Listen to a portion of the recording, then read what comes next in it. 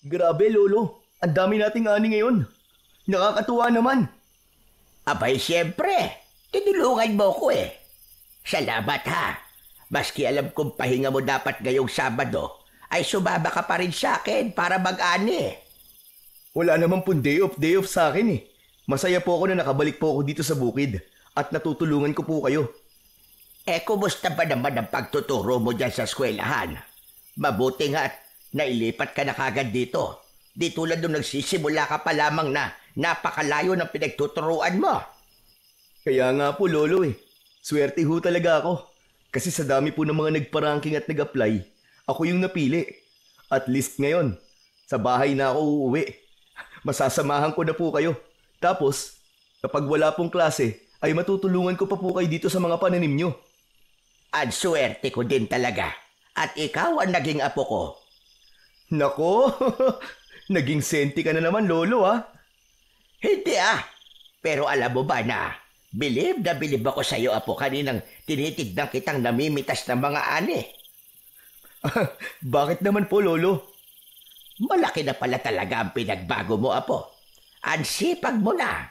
Hindi tulad doon na laging nagtatago at naghahanap ng lilim tuwing didilat ang araw. Kasi naman po, bata pa po ako nun eh. Dati, ayaw na ayaw ko po yung ganito. Pero ngayon po, naiintindihan ko na kung gaano kahalaga ang ginagawa nyo. Ang saya-saya kayang mag-ani. Tignan mo, ang sasarap nito. Fresh na fresh. Mapaparami na naman ako ng kain nito mamaya. Yan na naman tayo sa mapapalakas ang kain. Bantayan mo yung katawan mo, apo. Nako, sinasabi ko sa iyo. Lolo bukan talaga. Lolo naman eh. Ito na naman katawan ko ang nakita nyo. Kasi ga, abay ang lapad-lapad mo na. Tapos tignan mo yan tiyan mo. Kailan ka ba manganganak? Hala siya. Grabe ka, Lolo ah. Biglang lumakas ang pag-ihip ng hangin.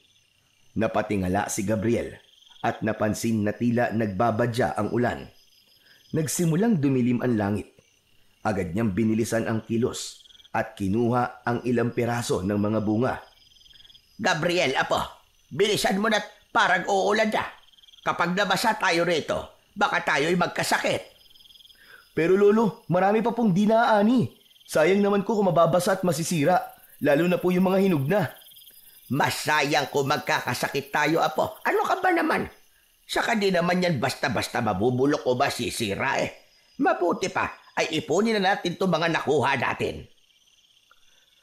Agad nilang tinipon ang mga napitas na gulay at inilagay sa mga tiklis. Ang langit mas lalong dumilim at sa malayo ay naririnig na ang kulog. Lumalakas na rin ang pagbugso ng hangin. Lolo, may bagyo po ba? Abay wala naman, iho. Pero parang kakaiba yung tunog ng kulog ah. May kakaibang bigat din ang hangin. Ano pong ibig niyong sabihin, Lolo? Hindi ako sigurado, iho. Pero alam mo, kapag ganito nararamdaman ko sa hangin na mabigat, parang may masamang mangyayari. Yan. Bad vibes ka na naman, Lolo eh. Ulan lang po yan. Wala po kayong dapat na ipag-alala. Ke meron o wala, ibig ko lang naman sabihin ay halika na at baka abutan tayo ng malakas na ulan. Agad na sinimulan nilang maglolo na buhatin ng isa-isa ang bawat tiklis kung saan nakalagay ang kanilang mga inaning gulay. Isinakay nila ito sa kariton. Saglit na napatigil ang binata nang makita niyang hindi pa rin talaga magpapatalo ang kanyang lolo sa palakasan ng resistensya at pangangatawan. Dahil sa kabila ng edad nitong 75 taon, ay kayang-kaya pa rin niya ang mga gawain sa bukid.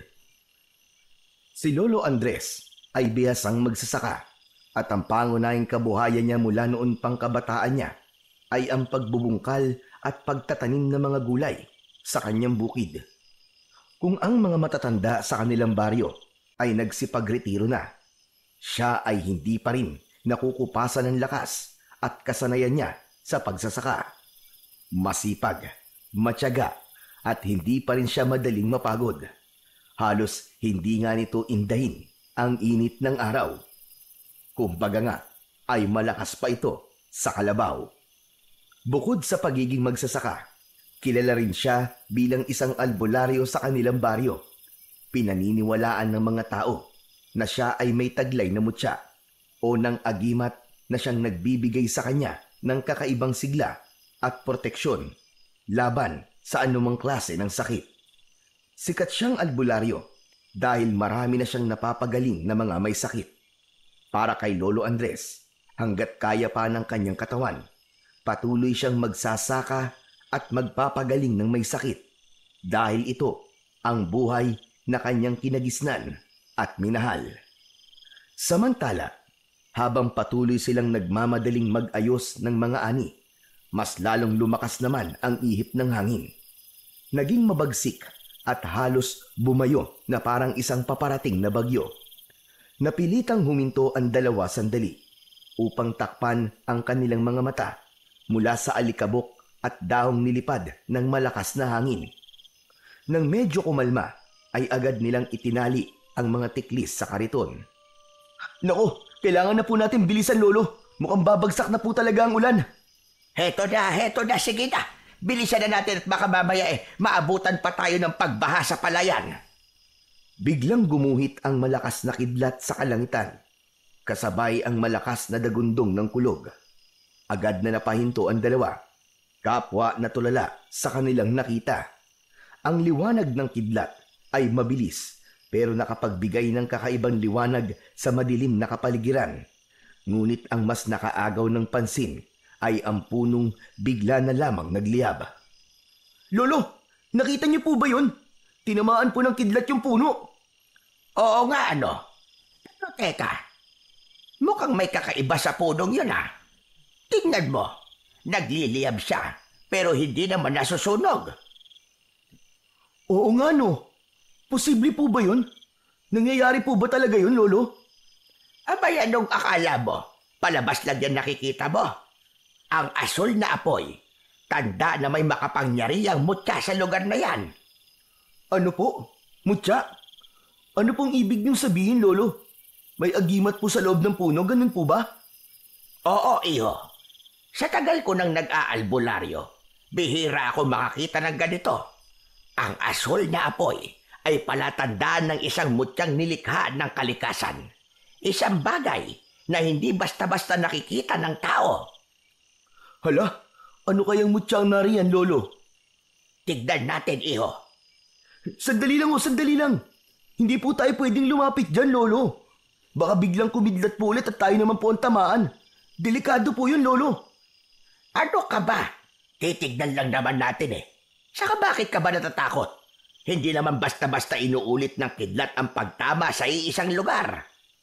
Ay, hindi po kayo nakakasigurado, Lolo. Tignan niyo po ang punong yun. Yung po ang pinakamataas dito kaya malaki po ang posibilidad na matamaan po ulit yan. Maniwala ka sa akin, Gabriel. Hindi na yan uulit. Ang kulit mo naman eh. Tara na, tignan natin at baka nga totoo ang kutob kong pinagkalooban tayo ng mutya. Lolo naman eh, ang dami-dami mo na nga mutya eh. Tapos, di mo naman nagagamit lahat ng yun. Sinong may sabi sa'yong hindi ko nagagamit? Saka hindi pa naman natin sigurado kung para sa akin nga yun. Baka sa'yo yun, iho. Lolo, mabuti pa po siguro umuwi na tayo. Baka mamaya po hindi lang kidlat at kulog ang itodo niyan. Mamaya ulan na. Maswerte nga po tayo eh at di pa bumubuhos ang ulan. Papatak-patak pa lang.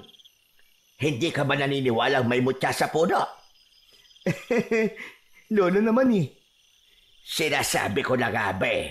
Alam mo, may mga mutya talaga na isinisilang mula sa iba't ibang elemento.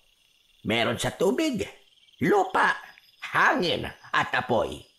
Ang yang nandyan sa puno na yan, sigurado ko na yan ang mutya ng buntot ng kidlat. Ano ho? Buntot ng kidlat? Huwag nating sayangin kasi yan ang isa sa pinakamakapangyarihang uri ng mutya na kayang pumatay ng kahit na anong klase ng nilalang mula sa dilim. Mga aswang, maligno o maging sa mga engkanto na may masamang hangarin. Ay, Lolo Andres, paano ba to? Sige na nga po, tara, tignan na natin. Sa mismong gitna ng biyak ng puno, unti-unti nilang nakita ang isang kakaibang bagay. Ito ay bilog, bagyang mas maliit kaysa sa isang itlog ng pugo. Ang ibabaw nito ay makinis at makintab, animoy yari sa purong kristal. Pero sa paligid nito ay makikita ang mga mumunting sanga na nakapalibot, kawangis ng kidlat. May naririnig din silang mahinang tunog ng kuryente na nagmumula sa loob. Si Gabriel at Lolo Andres ay nakatayo sa harap nito, kapwa hindi makapaniwala sa kanilang nasaksihan. Pambihira! Ang gandang mutya nito! Kakaiba talaga siya! Grabe, Lolo Andres. Totoo pala talagang may mga ganitong bagay sa mundo. Hindi ko napag-aralan sa science to ah. Ikaw lang eh. Di ka naniniwala sa mga pinaniniwalaan ko. Eh paano nakapagdawala ako? Sino ang magmamana ng pagiging albularyo ko? Aba, Gabriel, dapat ay ikaw yon. Mangyari, Lolo. Hindi ko po kasi talaga hilig yan eh. Saka, aaminin ko na po. Hindi po ako naniniwala sa mga sinasabi niyong mga nilalang sa dilim. Ganon din po sa mga agimat. Pero dun sa panggagamot niyo gamit yung mga halaman, dun po, naniniwala po ako. Apo, Gabriel, matanda na ako. Kailangan may magmana. Ikaw lang naman ang apo ko. Ikaw lang ang pwede kong turuan kung sakali. Pero Lolo Andres, teacher na po ako eh. At ito po ang daan gusto kong tahakin. Hindi po ang pagiging isang albularyo. Pasensya na po kayo, Lolo Andres. Eh kung di kita mapipilit, wala namang problema sa akin yon, apo. O sige, kung di ka naniniwala sa mutya, ako na lamang ang kukuha nito. Sayang naman kung iiwan natin to dito. Teka, Lolo Andres. Hindi po ba delikado kung basta-basta niyo na lang pong dadamputin yan? Gabriel, alam kong natatakot ka. Pero kung totoo nga mutya na kidlat ito, hindi natin pwedeng hayaan lang. Ang agimat na ganito ay hindi basta-basta bumabagsak sa isang lugar kung walang dahilan. Baka may paparating na panganib at ito lang ang tanging panlaban natin. Pero Lolo Andres, baka pumapahama kasi kayo eh. Mas delikado kung hindi natin malalaman ang dahilan ng pangyayaring ito. Kung may paparating nga na panganib, mabuting maging handa tayo kesa magsisi sa bandang huli. Dahan-dahang inilapit ni Lolo Andres ang kamay niya sa mutya. Pero bago pa man niya ito mahawakan, biglang gumapang ang maliit na kidlat mula sa mutya papunta sa kanyang kamay. Agad siyang umatras, hinahaplos ang nanginginig pang kamay. Halatang nasaktan siya, pero pilit niyang hindi pinapahalata. Lolo, ano po nangyari? Nakuryente ako. Abay, ang lakas. Lumabas ata ang kaluluwa ko sa bisit na kuryente nito. Talaga po, Lolo? Pero, ayos lang po ba kayo? Gasking batang ere at nagtanong pa. Mukha ba akong ayos? Tignan mo nga't nanginginig pa rin ang kamay ko. Nagtaasan pa yata ang iilang piraso na lamang na buhok ko. Eh kasi naman kayo eh. Sabi ko naman kasi sa inyo, huwag niyo nang hawakan ang kulit-kulit niyo eh. Nakuryente ako dahil hindi ako tinanggap ng mutya. Yun lang yun. Eh di kung ganun, Lolo, umuwi na po tayo. Ayaw naman pala sa inyo ng mutya eh. Hindi ako. Pero baka ikaw, iho. Baka ikaw ang gusto ng mutya na kumuha sa kanya. Ano po? Ako? Naku, Lolo. Huwag niyo po akong isali dyan. Wala po akong alam dyan. Subukan mo lang, Gabriel. Ang mutya mismo ang pipili kung sino ang karapat-dapat na kumuha sa kanya. Eh kasi po, ang totoo po niyan, takot po ako sa kuryente. Ano ka mo? Takot ka sa kuryente? Opo, di ba nga nagka-trauma po ako nung bata po ako? Nung isuot ko po yung kamay ko sa sakit, nakasaksak pala. Simula nun, ayoko nang dumikit sa kahit na anong may kinalaman po sa kuryente. Abay, napapanahon na siguro para harapin mo ang takot mo, Gabriel. Walang mangyayari sa'yo. Ang mutyang yan ay isang biyaya. At kung ikaw ang pinili nito, hindi mo pwedeng takasan ang tadhana mo. Pero lolo, paano po kung makuryente po ako uli? Eh di malalaman natin kung talagang tinatanggap ka ng mutya o hindi. Lolo naman pwedeng pag-isipan ko muna to. Walang oras para mag-isip, apo. Ang mutya ay hindi maghihintay magpakailanman. Tahimik na napatingin si Gabriel sa kumikislap na mutya. Ramdam niya ang kaba sa dibdib. Kaya naman, pikit mata na lamang niya itong dinampot. Wala siyang naramdamang kuryente ng sandaling mahawakan niya ito. Dahan-dahan niyang idinilat ang kanyang mga mata at halos mapatalon siya nang makita niyang sobrang lapit na ng mukha ng kanyang lolo Andres. Nakangisi ang matanda. Halos abot sa tenga ang tuwa. Hey! Lolo naman Huwag niyo naman po akong gulatin ng ganun. Hay! O ano? May kuryente o wala? Wala po. Tama ako, di ba? Ikaw nga ang nakatakdang humawak sa mutyang yan. Bakit naman po ako? Hindi naman ako ang tingero o albularyo na tulad nyo. Hindi rin ako mandirigma o sundalo. Isa lang akong simpleng tao. Hoy, hoy, hoy! Tandaan mo, hindi lang yung marunong lumaban ang maaaring maging mandirigma. Dahil ang tunay na mandirigma ay yung may tapang at puso para ipagtanggol ang kanyang bayan. Tinignan ni Gabriel ang mutya sa kanyang palad. Patuloy itong kumikislap, nagliliyab sa malamlam, ngunit makapangyarihang bughaw na liwanag. Lolo Andres, ano pong gagawin ko ngayon? Una sa lahat, itago mo muna yan, iho. Huwag mong ipapakita kahit na kanino. Sa tamang panahon, malalaman mo kung paano gamitin ang kapangyarihan niyan. Matapos ang kakaibang pangyayari na naganap sa gitna ng bukid, nagdesisyon na ang maglolo na umuwi na. Maingat na isinilid ni Gabriel ang mutya sa kanyang bulsa. Tahimik lang ang binata. Ilang beses niyang tinatanong ang kanyang sarili kung bakit anong meron at siya ang pinili ng mutya gayong ang lolo niya ang totoong albularyo at sa palagay ng lolo niya na siya ang karapat-dapat na magbay-ari ng mutya. Si Gabriel ay isang guro sa elementarya sa kanilang baryo. Simula pa lang ay malinaw na sa kanya ang landas na nais niyang tahakin, ang magturo, magbigay ng kaalaman at tumulong sa paghubog ng mga kabataan. Bata pa lang siya, nakita na niya kung paanong ginagamot ng kanyang lolo Andres ang mga may sakit sa kanilang baryo. Maraming humahanga sa kakayahan ng matanda, ngunit may ilan ding hindi naniniwala at tinatawag siyang matandang baliw. Lumaki siya na saksi sa hirap at naging sakripisyo ng kanyang lolo. Yung tipong halos wala na itong pahinga. Ginagawa ang kanyang responsibilidad nang walang pinipiling oras, araw man o gabi, at hindi rin ito naniningil. Dahil dito, pinili niyang lumayo sa landas na ito. Mas ginusto niya ang mag-aral at makatapos bilang isang teacher. Isang propesyong mas may malinaw na sakop at hangganan. Ang pagtuturo ay may mga estratehiyang sinusunod, may mga libro, at may kasagutan ang lahat ng bagay. Samantalang sa mga albularyo, puro misteryo, kababalaghan, paniniwala at responsibilidad na walang katapusan na hindi talaga niya kayang akuin. Pero ngayong hawak niya ang mutya, tila unti-unting gumuguho ang itinakda niyang direksyon sa kanyang buhay.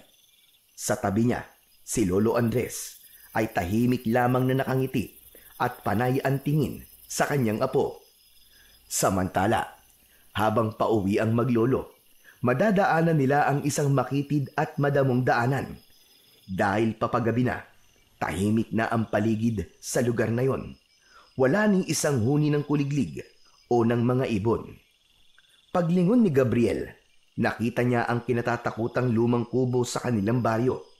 Giba-giba na ang bubong nito. Parang tinangay na ng bagyo ang kalahati. Ang mga dingding ay puno na ng mga umaakyat na baging at lumot. May mga tuyong dahon, buto ng hayop, at mga basag na bote sa paligid. Napahinto ang kalabaw na humihila sa kanilang kariton.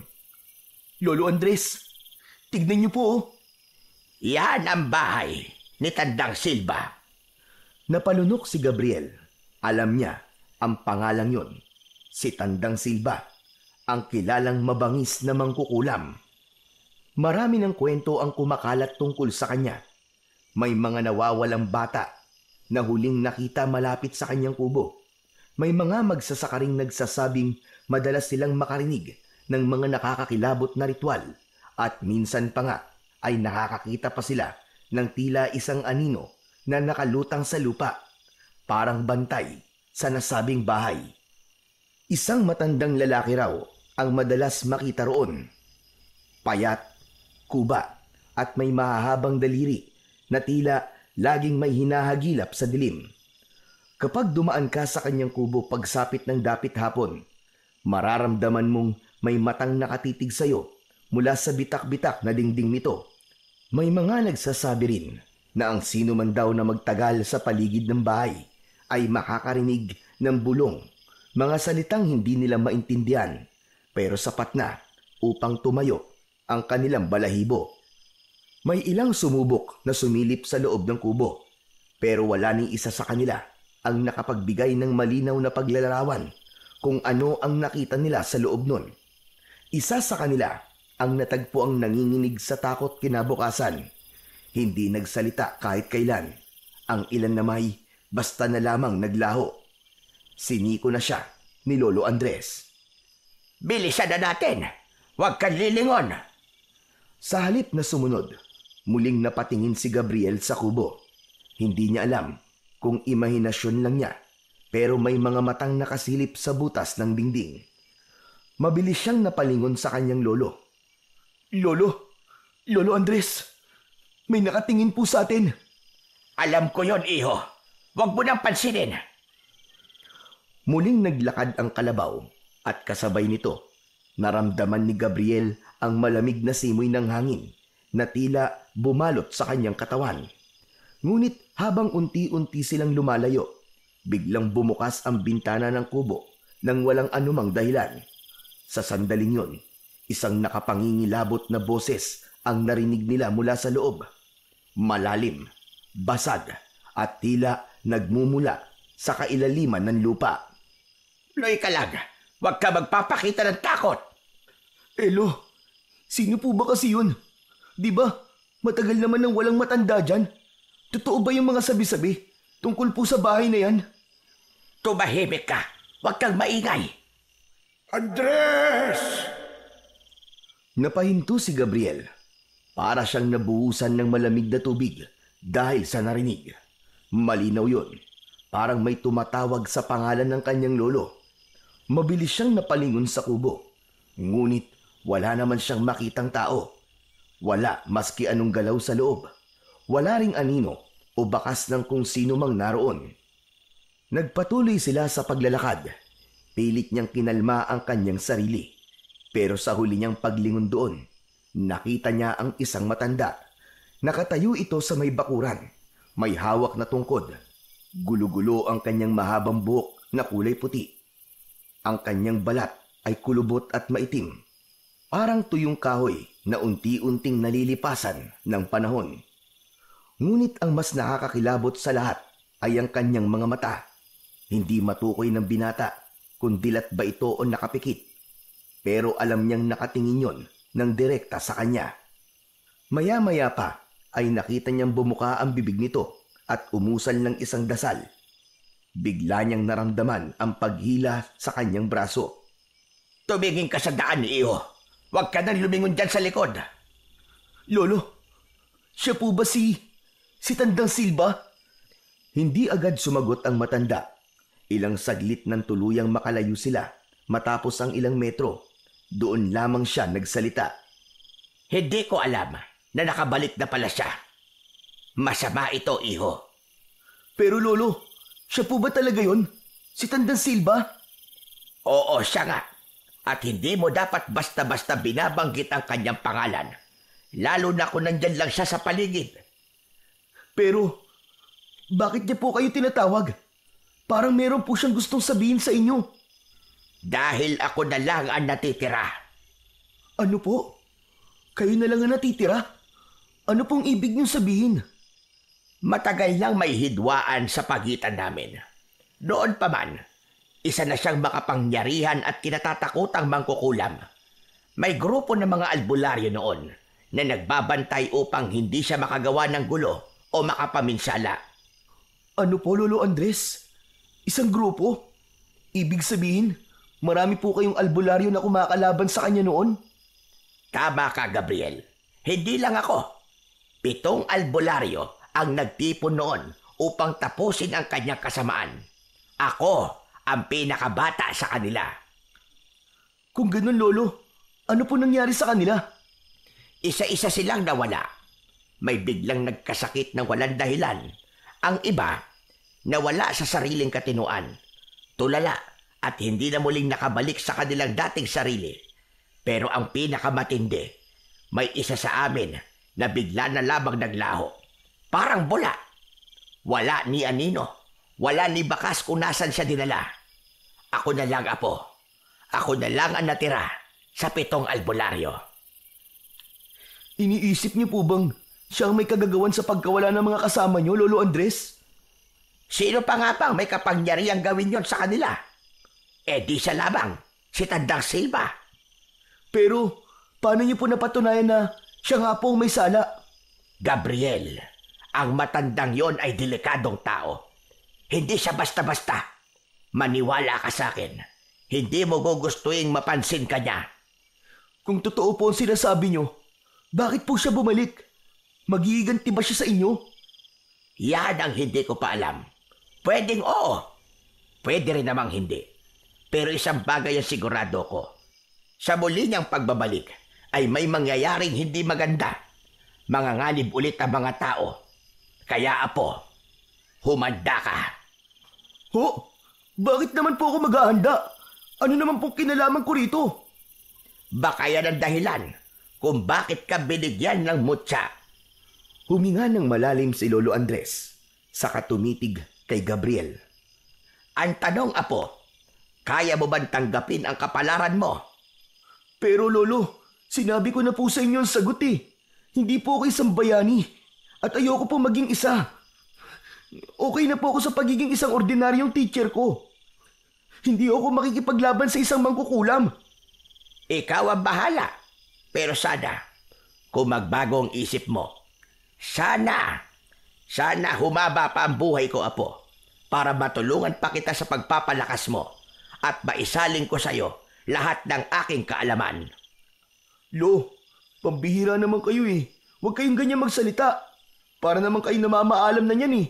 Malakas pa po kayo oh. Di ba sabi nga ng ibang tao eh, malakas pa kayo sa kalabaw. Aabot pa kayo ng 100 taon o mahigit pa. Maniwala po kayo sa akin, Lo. Hindi natin masasabi yan, Iho. Lalo't nagbalik na siya. Alam ko ang sadya niya. May binabalak siyang hindi maganda. At hindi ko alam kung anong klaseng kasamaan ang dala niya ngayon. Hindi ko talaga alam. Lolo, huwag na po nating isipin yan. Hindi pwede, Gabriel. Kailangan nating maghanda. Samantala, sa loob ng munting kubo ni Tandang Silva, isang kakaibang ritual ang isinasagawa ng matanda. Nakapaikot sa loob ng bahay niya ang maraming itim na kandila. Sa gitna ng silid, isang malamig at matigas na bangkay ang nakahiga sa isang luma at sira-sirang banig. Nagsimula na si Tandang Silva sa isang pabulong na orasyon. Pagkatapos ay dahan-dahan siyang lumuhod sa harap ng bangkay. Ang kanyang mga mata ng oras na yon ay pulang-pula, galit at tila nag-aapoy sa dilim. Nang simulan niya ang pagdarasal, biglang nagbago ang kanyang anyo. Nangitim ang kanyang balat, kasing kulay ng suot niyang itim na damit. Ang kanyang buhok ay naging puti lahat. Ang kanya namang mga kamay ay mas lalong nangulubot at napuno ng mga malalaking ugat. Nang matapos ang kanyang pagbabagong anyo, dahan-dahan niyang hinaplos ang bangkay habang patuloy pa rin siya sa kanyang orasyon. Matagal na panahon na rin, Andres. At ngayon, dumating na ang araw na ikaw naman ang tatapusin ko. Muli niyang hinaplos ang bangkay. Malamig, madulas, at waring may bahid ng kakaibang enerhiya. Isang ngisi ang gumuhit sa kanyang kulubot na labi. Isang ngiting puno ng kasiyahan at pagkasabik. Dahan-dahan siyang yumuko. Inilapit ang kanyang muka sa walang buhay na katawan. Nakiramdam siya. Tahimik na nakinig. Naghihintay. Ilang saglit pa. Tila may marahang paggalaw sa dibdib ng bangkay. Bahagyang umangat ang dibdib nito. Napakagatlabi si Tandang Silva. Pinigil ang isang hagikgik. Mabuti! Napakabuti! Tumawa ng malakas. Natuwa siya sa kanyang tagumpay. Muli, isa na namang patay ang babangon. Isa na namang kaluluwa ang kanyang hawak. Bumangon ka! Bumangon ka, o halimaw ng kadiliman! Bumangon ka mula sa iyong mahimbing na tulog at muling kumain ng laman ng mga mahihina! Biglang lumakas ang hangin sa loob ng kubo. Napahigpit ang hawak ni Tandang Silva sa bagay na kanyang nakapitan para hindi siya matangay ng malakas na hangin. Ilang saglit lang, ang bangkay ay biglang gumalaw. Unay gumalaw ang kanyang daliri. Kasunod ang marahang pag-angat ng dibdib. Nagsimula itong kumilos at unti-unting nagkaroon ng buhay. Parang isang bagong nilalang na hinugot mula sa impyerno. Sa tuwa ng matanda, muli niyang itinaas ang kanyang mga kamay at mas matinding orasyon ang kanyang binigkas. Sige! Bumangon ka! Isang handungganon! Isang nilikha mula sa sumpa! Ang nilalang na kanyang nilikha mula sa itim na mahika ay isang aswang na dungganon, isang klase ng halimaw na di tinatablan ng dasal. Hindi nasasaktan sa anting-anting o sa kahit na ano pang mga agimat. Ang sino mang magtatangkang lumaban dito gamit ang karaniwang pangontra sa mga aswang ay tiyak na mabibigo. Si Tandang Silva, siya lang ang may kakayahang palakasin ito at siya rin ang makakapigil dito. Ngunit wala siyang balak na gawin yon. Hinila niya ang isang maliit na bote mula sa kanyang lamesa. Ito ay puno ng dugo. Dugo ng isang batang inosente na ginamit bilang sakripisyo. Ipinainom niya ito sa aswang at hinayaang sipsipin ito ang pulang likido. Sa wakas, nagawa ng aswang na bumangon, na puno ng matatalim na kuko ang kanyang mga kamay at paa, at ang katawan ay nabalot ng itim na kaliskis.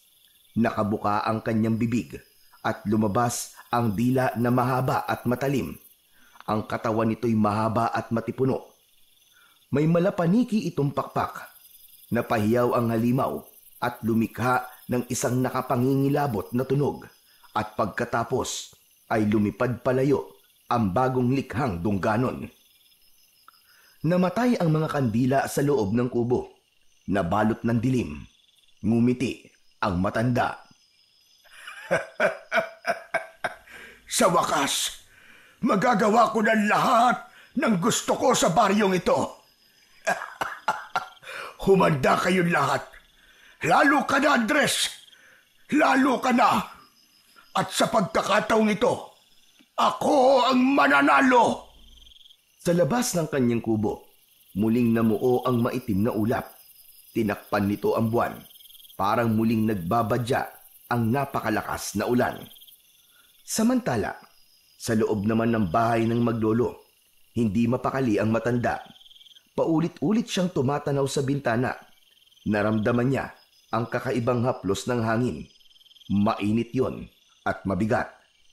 Lolo, bakit parang kinakabahan po yata kayo? Gabriel, nararamdaman ko may masamang nilalang na bumangon ngayong gabi. Ano po? Ano pong bumangon? Hindi ko alam. Hindi ko alam kung ano. Pero ibinubulong sa akin ng kalikasan na may halimaw sa paligid. Halika, Madali ka.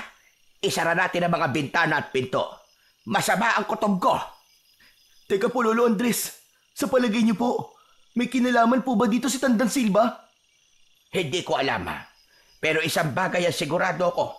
Kailangan kong maghanda. Napabuntong hininga si Lolo Andres.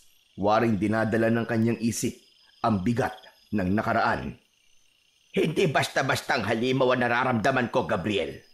Kung ito na nga ang araw na matagal ko nang kinatatakutan. Gabriel, tandaan mo ito. Huwag mong hahayaang matulad ka sa akin. Hindi mo pa naiintindihan. Pero kapag dumating ang oras, huwag kang mag-atubiling lumaban. Tumigil siya sandali. Tila gustong idagdag ang isang bagay, pero piniling manahimik na lang. Ngunit sa likod ng kanyang titig, naroon ang isang babala, isang katotohanang hindi pa handang marinig ng kanyang apo. Teka lang po, Lolo Andres. Ano po bang ibig niyo sabihin? Anong oras po? Matanda na ako, Gabriel. Hindi ko na kayang lumaban. Alam kong kaya nandito yung matandang yon ay para makaganti siya. Pakiramdam ko, iho. Ngayon na ako aabutan. Lolo Andres naman huwag niyo po sabihin yan. Kung may panganib nga po na paparating, lalaban po tayo. Hindi ko po kayo pababayaan. Alam mo kasi, Gabriel, may mga laban talaga na di kayang ipanalo kahit na ano pang gawin mo. Minsan, ang tadhana na mismo ang magtatakda. Humakbang palapit si Lolo Andres at marahang inilagay ang isang kamay sa balikat ng binata. Pero kung sakali man, iho, na dumating ang araw na yon, huwag kang malulungkot dahil hindi lahat ng katapusan ay talo. May mga sakripisyong kailangan na gawin para may ibang mabuhay, para may magpatuloy. Lolo Andres, hindi ko gusto yung mga sinasabi nyo. Kung ano man ang mangyari, iho, gusto kong panghawakan mo ang sinabi ko. At kung dumating ang araw na hindi mo na ako makita, huwag kang matakot, iho. Lolo Andres, wala po masamang mangyayari sa inyo. Kung kinakailangan po na ipasuot ko sa inyo lahat ng agimat nyo, gagawin ko. Para lang po, hindi kayo lapitan ng mangkukulam na yon. Huwag ko kayo mag-isip ng negatibo, Lolo. Di ko kaya, Lo. Di ko po kaya mawala kayo. Huwag mong sabihin na hindi mo kaya. Dahil may isang hiling ako sa iyo. Kung dumating man ang oras na kailangan mong mamili sa pagiging teacher o pagiging albularyo, sana piliin mo ang daan na magliligtas sa mas maraming tao. Napabuntong hininga si Gabriel. Ayaw niya nang pakinggan ang sinasabi ng kanyang lolo. Samantala, sa labas ng kanilang bahay, nagmamasid na ang dungganon. Tahimik itong nakalambitin sa isang sanga. Ang mapupulang mata ay nakatitig sa bahay ni Lolo Andres. Malamig ang gabi. Walang buwan. Tanging may hinang ilaw lang ng mga poste ang nagbibigay liwanag sa madilim na lansangan. May dumaang isang lalaki. Ang atensyon ng aswang ay agad na nabaling dito. Naging mabilis ang paghinga ng nilalang. Gutom na gutom ito. Parang matagal nang di nakakatikim ng masarap na hapunan. Tinitigan niya ang kanyang magiging biktima. Nagpatuloy sa paglalakad ang lalaki at walang kamalay-malay sa panganib na nakasunod sa kanya. Ang paligid ay tila sumabay sa katahimikan ng gabi. Walang kuliglig, walang kaluskos ng dahon, walang kahit na anong ingay. Isang nakakapanindig balahibong katahimikan. Dahan-dahang lumipad ang dungganon mula sa sanga. Napakabilis nitong gumalaw, pero halos hindi naririnig ang pagaspas ng malalapad nitong mga pakpak. Para lang itong inilulutang ng hangin. May malamig na bagay ang biglang dumampi sa batok ng lalaki. Napahinto siya, napatingin sa paligid. Wala siyang nakita, pero bigla siyang kinabahan. Bumilis ang tibok ng kanyang puso. Binilisan niya ang kanyang mga hakbang. Pero bago siya tuluyang makalayo, isang malakas na ungol ang kanyang narinig na galing sa itaas. Agad siyang napatingala at sa isang iglap, isang mahabang kamay na may matutulis na kuko ang agad na sumunggab sa kanyang balikat at inilipad siya paitaas. Malakas ang kanyang naging sigaw, pero agad ding naputol nang maramdaman niya ang isang madulas at malamig na dila ng nilalang na dumampi sa kanyang leeg. Ang kasunod nito ay bigla siyang kinagat sa leeg at sumubsob ang mukha ng aswang sa leeg nito. Sinipsip ang kanyang dugo. Napakislot siya sa sakit. Pilit niyang itinutulak ang nilalang pero hindi niya kaya, lalo pat nasa itaas sila. Alam niyang kamatayan din ang kahahantungan niya sa oras na mabitiwan siya ng aswang. Nagsimula siyang manlambot, unti-unting naubusan ng lakas habang ang dugo niya ay patuloy na dumadaloy papunta sa bibig ng aswang. Hindi nagtagal, bumagsak ang kanyang katawan sa kalsada. Nanghihina, nanginginig. Bumaba ang aswang. Nakatayo ito sa tabi niya habang pinapahid ang dugo ang pangil nito gamit ang dila. Tumingala ito sa langit at muli itong lumipad patungo sa kung saan. Unang putok pa lang ng araw, ngunit isang nakakakilabot na balita na kagad ang gumimbal sa buong baryo. Sa gitna ng kalsada sa malamig at basang simento, nakita nila ang isang nakabulagtang lalaki. Maputlang maputla ang kanyang balat. Ang kanyang mga mata ay nakadilat at parang takot na takot. Ngunit ang nagbigay ng kilabot sa mga tao ay ang nakita nilang dalawang malalalim na sugat sa leeg ng lalaki. Parang ginilitan ng matatalim na pangil. Ayon sa usap-usapan ng mga residente, ang sugat na yon ay hindi gawa ng isang hayop dahil malinis pero brutal. Wala ni isang patak na dugo ang kumalat sa paligid. Ang mga babae at matatanda ay walang magawa kundi antakpan ang kanilang mga bibig nang makita ang bangkay. Iisa ang kanilang sinasabi. Isang aswang ang may gawa sa karumal-dumal na pagpatay sa lalaki. Sa gitna ng kaguluhan, si Gabriel ay papunta noon sa paaralan nang napansin niya ang nagkukumpulang mga tao. Habang papalapit siya, isang pamilyar na figura ang kanyang nakilala. Si Boy, isang 10 taong gulang na estudyante niya. Nakatayo ito sa harap ng kumpulan. Hindi kumikilos, hindi nagsasalita. Nakatingin lang ito sa isang direksyon. Tulalang-tulala, nakanganga at hindi maipinta ang muka. Agad siyang lumapit para alamin ang pinagkakaguluhan ng mga tao. Ganun na lamang ang kabang naramdaman niya nang makita ang bangkay na nakahandusay sa kalsada. Napahinto siya at napalunok. Naramdaman niya ang panlalamig ng kanyang kamay pero pinilit niyang kumalma. Luminga-linga siya sa paligid. Kita niya ang takot sa mukha ng mga tao. May iba pang nasuka at hindi nakayanan ang tagpong yun. May iba nang lumalayo at ayaw na nilang tignan ang bangkay. Muling napatingin si Gabriel sa kanyang estudyante. Tahimik pa rin ang bata. Nakatutok lang ang mga mata sa patay. Lumapit siya at maraang hinawakan ito sa balikat. Naramdaman pa niya ang pagkagulat nito at bahagyang panginginig. Marahan niyang hinatak ang bata palayo. "Boy, anong ginagawa mo dito?" Si Kuya Mando po. Nakita ko po siya kagabi naglalakad. Dumaan po sa tapat namin. Pero... "Ano nakita mo, anak? May nakita ka ba? Nakita mo ba ang pumatay sa kanya?" Sir, may biglang dumagit po sa kanya mula sa itaas. Inilipad po siya tapos bigla na lang po silang nawala. "Sigurado ka ba, boy? Nakita mo ba yung itsura ng dumagit sa kanya?" Hindi ko po nakita ng malinaw, sir. Pero ang laki po niya. May pakpak po. Para po siyang isang malaking ibon. Pero hindi po siya ibon, sir. "Boy, may narinig ka bang tunog? Sigaw o kaya ungol?" Opo, sir. Sumigaw po si Kuya Mando, sobrang lakas po. Pero parang naputol po yung sigaw niya bigla eh. Tapos, narinig ko po yung pagaspas ng pakpak. Ang bilis po, sir. Pagtingin ko po uli, wala na po sila. "Boy, may pinagsabihan ka na ba nito?" Wala pa po. Kayo pa lang po, sir. Natatakot po ako eh. Baka malaman po nila na nakita ko po yung pumatay sa kanya.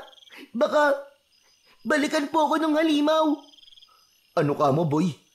Halimaw? Totoo po yung sinasabi ng mga tao. Aswang po yung pumatay sa kanya. Huwag kang matakot, boy. Baka naman inaanto ka lang kagabi kaya kung ano-ano nakikita mo. Walang aswang, boy. Hindi sila totoo. Maniwala po kayo sa akin, sir. Totoo po yung nakita ko. Totoong may aswang. Totoong may aswang, sir. Kitang-kita ko po. Boy, makinig kang mabuti.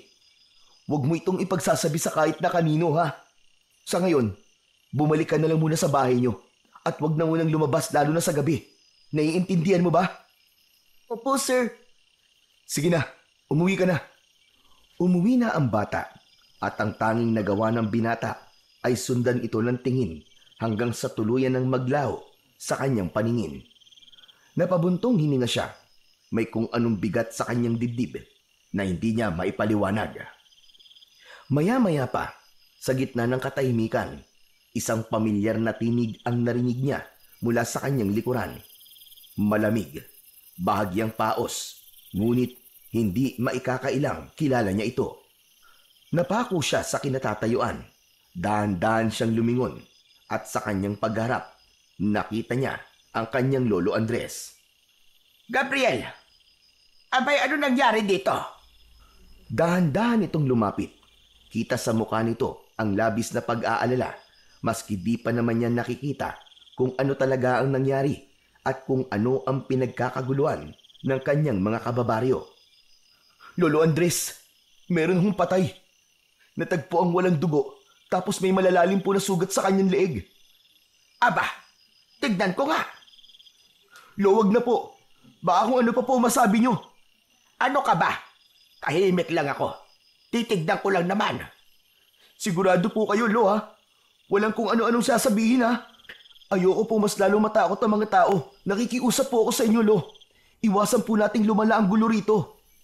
Oo na. Aba, tinatalakan mo pa ako eh. Sinuri ng matanda ang bangkay sa kalsada, habang ang ibang tao naman ay patuloy sa pag-uusap at bulong-bulungan. Hindi na ako nagtataka. Alam ko nang mangyayari ito. Ano ba, Lo? Sinabi ko na po sa inyo eh. Dahan-dahan lang po ang pagsasalita. Biglang nilingon niya ang apo na noon ay nakakunot ang noo at tila hindi makapaniwala na hindi sinunod ng matanda ang kanilang napag-usapan. Agad na nagtanong ang tao sa matanda kung ano sa tingin niya ang may kagagawan nun. Hindi na malaman ng matanda kung paano tatanggihan ang tanong na yon ng mga tao.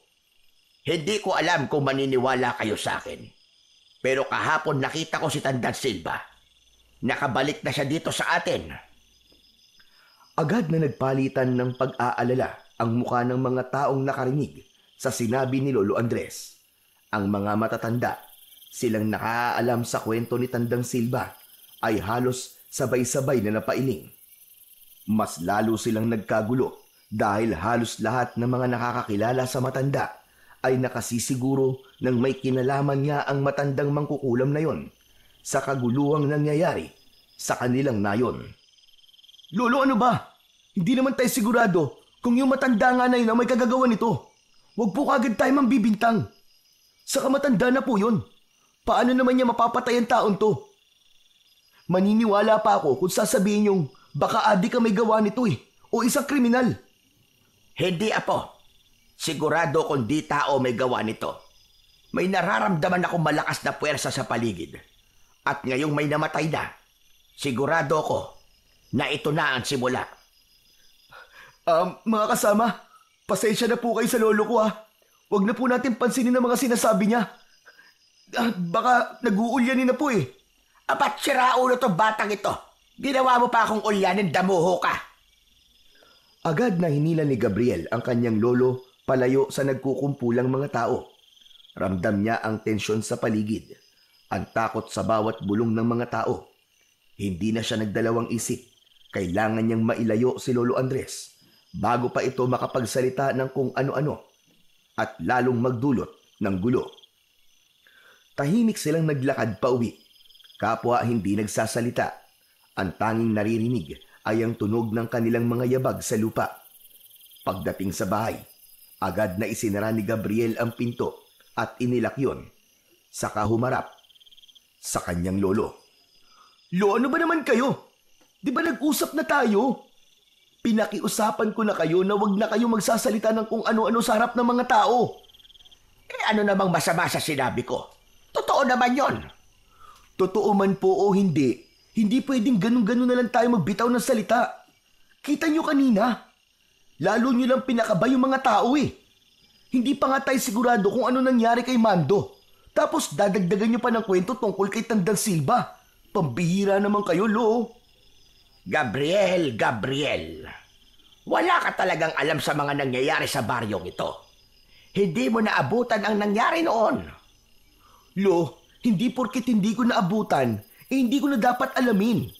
Ang punto ko lang naman, huwag kayo magsalita sa harap ng tao na parang siguradong-sigurado kayo sa sinasabi nyo. Alam nyo ba pwede kayong gawing katawa-tawa? Baka nga sabihin pa nilang nababaliw na kayo eh. Ano kung pagtawanan nila ako? Mas mabuti na yung mag-ingat sila kaysa sa maging kampante tapos isa-isa na lang silang mawawala. Alam kong marami na kayo na pagdaanan, Lo. Alam kong may alam kayo sa mga ganitong bagay. Pero hindi tayo pwedeng basta-basta na lang magturo ng kung sino. Paano kung wala naman talagang kinalaman si Tandang Silva? Paano kung nagkataon lang na bumalik siya tapos may namatay?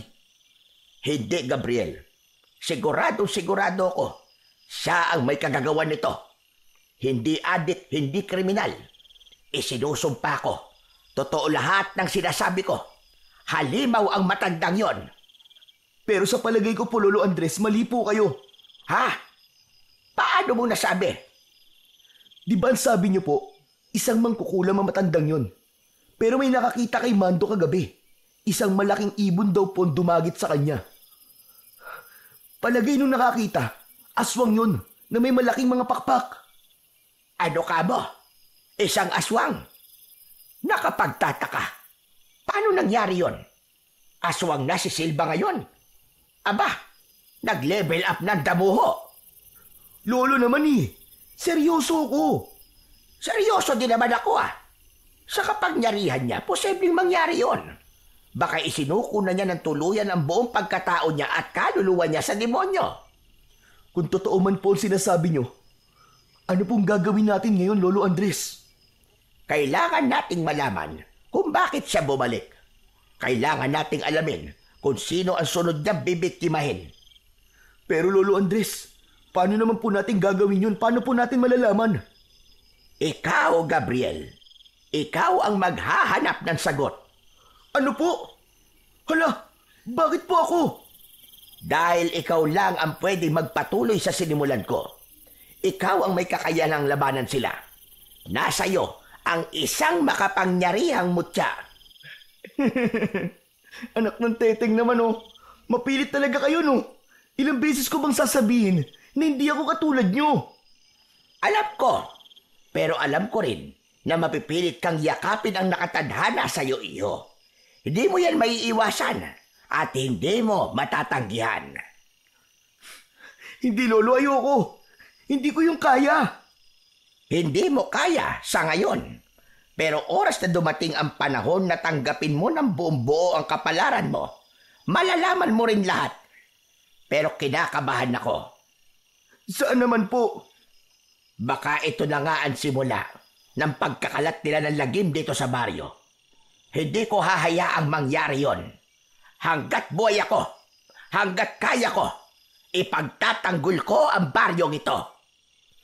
Lo, matanda na ho kayo eh. Di niyo na po kakayanin na makipaglaban pa sa mga aswang kung talagang aswang nga ang pumatay kay Mando. Kailangan nating magmatsyag dahil baka isa na sa mga nakakasalamuhan natin ang aswang. Ha? Ano po? Ano pong ibig niyo sabihin? Ang mga aswang, iho, kaya nilang magbalat kayo. Kaya nilang magpanggap na isang ordinaryong tao at makihalubilo. Kailangan natin silang makilala agad para hindi na sila makapambiktima pa dito. Lolo Andres, ano po bang plano niyo? Kailangan nating malaman kung may nakakita sa nangyari bukod dun sa sinasabi mong nakakita. Dapat tayo magtanong sa mga tao, maghanap ng palatandaan, at higit sa lahat, dapat natin palakasin ang depensa natin laban sa kanila. Tahimik na sumang-ayon ang binata sa sinabi ng kanyang lolo. Alam niyang hindi nila maaaring baliwalain ang panganib na paparating. Dahil sa nangyari, nabalot ng katahimikan at pangamba ang buong baryo. Hapon pa lamang ay nagsisibalik na sa kanilang mga tahanan ang mga tao. Wala nang batang naglalaro sa lansangan, ni isang dumudungaw man lamang sa kanilang bintana. Ang mga matatanda naman ay tahimik na nagdarasal sa harap ng kanilang mga altar. Tangan ang mga rosaryo habang nanginginig ang kanilang mga kamay. Sa tapat ng tindahan na dati puno ng tawanan at ingay ng nag-iinuman, ngayon wala ni isang anino ng tao. Ang mga upuan ay naiwan sa magulong ayos. Tanda ng pagmamadali ng may-ari na makapasok kagad sa loob ng bahay. Samantala, abala naman ang iba sa paghahanda ng mga pangontra. Naglalagay sila ng mga bawang sa bawat sulok ng kanilang bahay, sa mga bintana, pintuan, at maging sa ilalim ng kama ng kanilang mga anak. Ang ilan ay nagsasaboy ng asin sa paligid ng kanilang tahanan. Ang lahat ng ito ay dulot ng mabilis na pagkalat ng balita tungkol sa aswang at ang matinding takot sa pagbabalik ni Tandang Silva. Lalo pang lumala ang pangamba nila nang isang magsasaka ang nagpatunay na may nakita siyang kakaibang nilalang na gumagala sa kanilang bukid. Nakayuko ito, ngunit ang anino ay hindi pangkaraniwan. Mahaba, baluktot, at gumagalaw na tila may sariling buhay. Samantala, isang matanda naman ang nagsabing nagising siya isang madaling araw matapos makarinig ng mabibigat na yabag sa kanilang bakuran. Nang sumilip siya sa maliit na siwang ng dingding, isang pares ng mapupulang mga mata ang sumalubong sa kanya. Dagdag pa rito ang sunod-sunod na pagkawala ng mga alagang hayop. Sa tuwing natatagpuan ng mga ito, wala na silang buhay, said ang dugo, wakwak ang tiyan. Sa kabila ng lahat ng ito, may ilan na ring nagsabi na nakita nila si Tandang Silva at sa kanilang paniniwala, siya ang aswang na bumabalot ngayon sa baryo ng takot. Sa kabila ng lumalalang takot na bumabalot sa buong baryo, may isang tila hindi apektado, si Lolo Andres. Galing siya sa bukid ng gabing yon.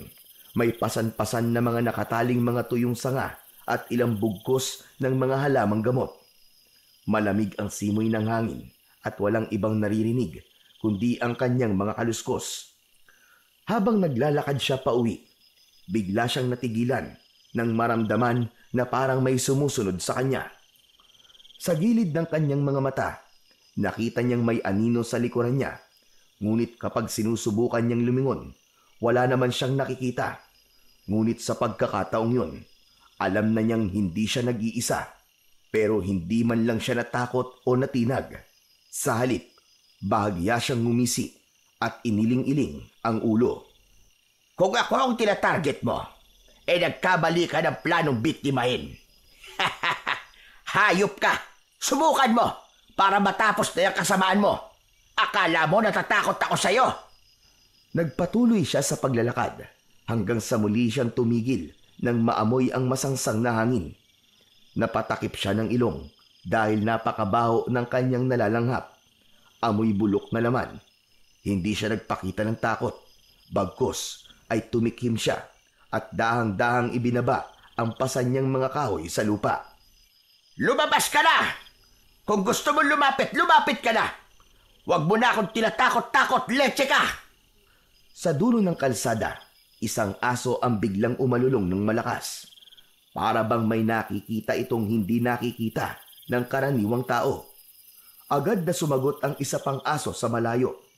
Unti-unting dumami ang mga umaalulong at tila nagbababala sa buong baryo na may masamang mangyayari.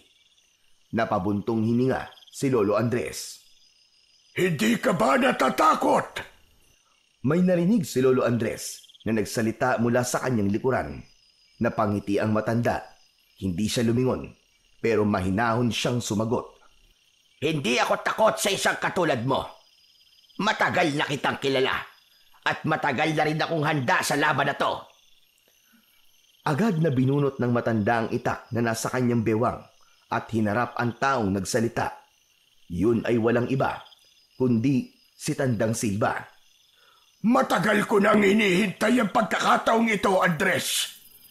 Kung may kailangan ka sa akin, abay sabihin mo na. Dahil wala akong oras sa mga ganitong klase ng drama. Huwag kang magmadali. Ang tagal nating hindi nagkita. Bakit hindi mo na tayo magkamustahan? Akala ko ay hindi ka na babalik. At bakit naman hindi? Hindi pa tapos ang misyon ko. Ikaw na lang, Andres. Ikaw na lang. Ikaw na lang ang natitirang antingero. At panahon na para kunin ko ang nararapat na sa akin. Ano pinagsasasabi mo, matanda ka? Ang baryong ito, matagal na dapat nasa ilalim ng kapangyarihan ko. Hindi pa ba sapat ang lahat ng buhay na kinuha mo? At marami pa ang susunod, Andres. Hindi mo na ako mapipigilan. Hindi na tulad ng dati. Matanda ka na. Mahina. Wala ka ng kalaban-laban sa akin. Tahimik sa loob ng ilang segundo. Tapos biglang tumawa ng malakas si Lolo Andres. Malalim, puno ng pangungutya. Sandali lang. Anong nakakatawa?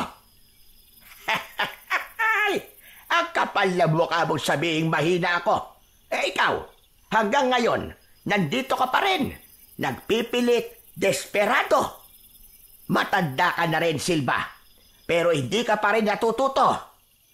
Nagpatuloy sa pagtawa si Mang Andres habang pinapagmasdan si Tandang Silva. Kitang-kita ang inis sa mukha ng kanyang kaaway. Mas lalong naningkit ang mapupula nitong mga mata. Hindi ka pa rin nagbabago, Andres. Puro ka pa rin patawa kahit nasa bingit ka na ng kamatayan. At sino naman ang may sabi na nasa bingit ako ng kamatayan? Ikaw? Pasensya na, Silva. Pero hindi ako takot sa'yo. Lalo na't halatang halata kong namimiss mo ko. Hindi kita namimiss. Ang gusto ko lang ay matapos na lahat ng ito. Matagal na kitang dapat na pinatay. Aba, bakit hanggang ngayon ay buhay pa ako? Ang tagal mo naman. Tama na ang satsat. Wala ka ng ligtas, Andres. Sisiguraduhin ko ngayong gabi ay mamamatay ka. Sandali lang. Bago mo ako patayin, baka gusto mo ng gamot na pampakalma. Mukha kang stress na stress at tuyot na matanda. Baka naman sumakit yung dibdib mo sa sobrang gigil. Walang silbi mga pinagsasasabi mo. Hanggang ngayon, inutil ka pa rin. Inutil? Aba, parang sarili mo yata ang pinariringgan mo, Silva. Anong ibig mo sabihin? Ilang dekada na ba tayong ganito? Ilang beses mo na akong pinagtangkaan. Pero ano ang resulta? Heto ko, buhay na buhay. Sabihin mo nga, kanino ka ba dapat mainis? Sa akin o sa sarili mo? Na kahit na anong gawin mo, hindi mo pa rin ako mapatay. Dumating na ang oras mo, Andres. Tapos na ang laro natin. Matutulad ka lang sa mga kasamaan mong albularyo nun. Wala ka ng laban. Ganon ba? Bakit parang takot ka pa rin? Hindi ako takot sa'yo. Hindi mo na ako mapipigilan. Wala nang anting-anting ang makakapigil sa akin. Talaga ba? Sigurado ka bang wala na talaga? May kinuha si Lolo Andres sa kanyang bulsa at inilabas doon ang isang maliit na bote ng langis. May nakababad na isang maliit na mutya. Kaagad niyang binuksan yon at ipinahid sa kanyang itak. Umuusok ito habang inilalagay sa talim ng kanyang sandata. Anong ginagawa mo? Sinabi mo kasing wala na makakapigil sa'yo, hindi ba? Di subukan natin kung totoo nga yan. Alam mo bang matagal ko nang hinihintay to? Matagal ko na gustong gumulong sa saig sa kakatawa kapag nakita kitang nahihirapan sa mga kalokohan mo. Ngayon, sigurado ka ng kaya mo ko. Di subukan mo. Hindi nag-aksaya ng oras si Lolo Andres. Sa isang iglap, sumugod siya kay Tandang Silva. Tangan lahat ng natitira niyang lakas. Ngunit bago pa man siya makalapit, isang nakakakilabot na nilalang ang biglang bumagsak mula sa itaas. Malaki, maitim, at may malalapad na pakpak na parang isang dambuhalang paniki. Napaatras si Lolo Andres. Ramdam ang matinding puwersa sa bagong dating na kalaban. Nawalan siya ng balanse at sa isang iglap, napaupo siya sa lupa. Naramdaman niya ang kirot sa kanyang likod pero hindi niya to ininda. Mas matindi ang pangamba na bumalot sa kanya habang pinagmamasdan ang halimaw na nakatayo sa kanyang harapan. Samantala si Tandang Silva naman ay nakangisi lang at tuwang-tuwa sa kanyang nakikita. Andres! Andres! Sabi ko naman sa iyo, hindi ba? Hindi mo na ako kayang labanan ngayon. Hindi na ikaw ang dating antingero na kinatatakutan noon. Hayop ka! Wala ka talagang pinagbago, Silva. Hindi ka kailanman lumalaban ng patas. Mandaraya ka pa rin hanggang ngayon. At bakit naman ako lalaban ng patas? Kung sa ganitong paraan ako pwedeng manalo, gagawin ko. Wala nang ibang mahalaga sa akin, kundi ang magtagumpay. Anong halimaw naman niyang ginawa mo, Silva? Nagulat ka ba? Sinabi ko naman sa iyo kanina, hindi mo nakakayanin ang kapangyarihan ko. Humakbang siya paatras at itinaas ang kamay. Sa isang iglap, ang halimaw ay lumapit sa kanya. Lumuhod sa kanyang harapan na parang isang alagang hayop. Ang nilalang na ito, ang tatapos sa iyo, Andres. Wala ka ng kawala! Kaya mo lang sinasandalan ng halimaw mo. Kasi alam mong hindi mo ako kayang harapin ng ikaw lang. Wala na akong pakialam sa mga sinasabi mo. Puro kasatsat. Pero ito tatandaan mo. Ngayong gabi, Andres, magiging kwento ka na lang sa baryo na to. Agad na tumayo si Lolo Andres at ipinagpag ang alikabok na kumapit sa kanyang damit. Pagkaraan ay ngumisi. Wala ka talagang kadala-dala kahit kailan.